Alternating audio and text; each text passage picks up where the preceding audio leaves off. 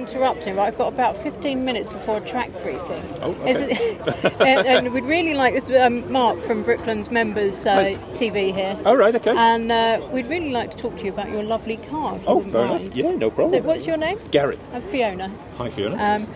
So it's an Alfa Romeo. I don't know much about this car, but Mark there's been raving about it and said, you've got to talk to this guy, you've got to talk to this guy. This car's seminal to the film The Graduate. It is. I'm like, but I've never seen The Graduate, so tell me. Right, okay. You have a movie car. Well, no, it's not the actual car, no. But it's the same type that was in actually in the film. So the Dustin Hoffman film.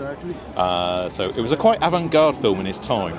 And it featured this type of car, but it also featured Art Garfunkel, Simon and Garfunkel music, which has stood the test of time. Obviously, the cars stood the test of time. The actual film, don't know about that one.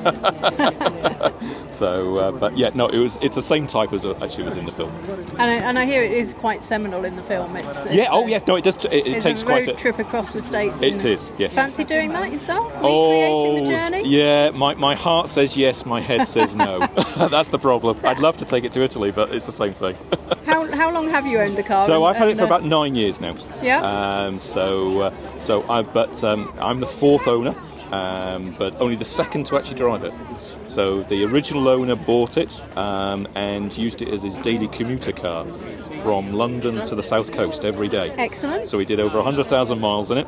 Reliable then, that's unusual for an Italian car. Yeah, it is. Shouldn't say that, I'm on myself today. So he then passed it on to his friend then passed it on to another friend who basically got it back on the road. But he was one of those guys that just did the last nut and bolt and walked away. So he never drove it. Wow. Which is where I came in. But then basically I've just gone around the whole car and started again, basically, as you do.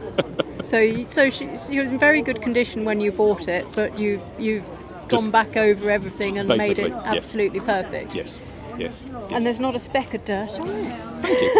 You've been cleaning all day. Yeah. It never goes out in the rain. No? No. Any road trips planned then? So basically, I belong to the club, and I usually do the Cotswolds run. So we usually do a sort of like a road trip around the Cotswolds every year. So that's very nice to take it around the Cotswolds lanes. But you won't be using it as your daily driver like the previous owner, then? No, I don't think so. No. Not because it can't. Sunny weather and yeah. It's just basically a case of if it's raining or anything like that, it just takes too long to clean back to get back up to this. That's all. White cars do take a lot of cleaning. They do. Yes, they do. Yes, but no, it's not too bad. Once you've got it to this sort of condition, you just need to keep on top of it. But apart from that, it's all right. So yeah.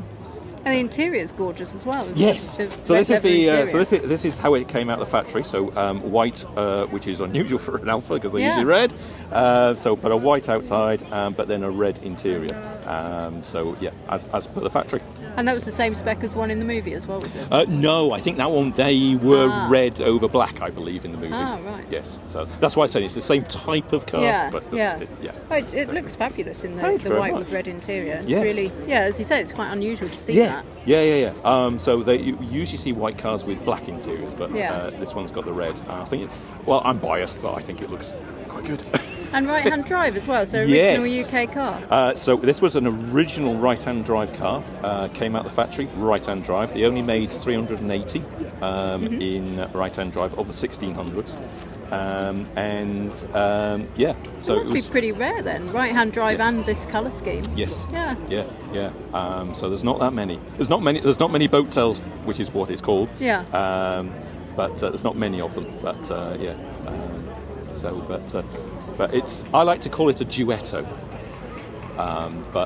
Because what happened was that the factory, when they promoted the car, they had a competition. And they sort of like said, this is our new car, give it a name and you can have one, you can win one. And they got about 30,000 entries, and Duetto was chosen. That's a really good idea. Yeah. More car companies should do that. Indeed.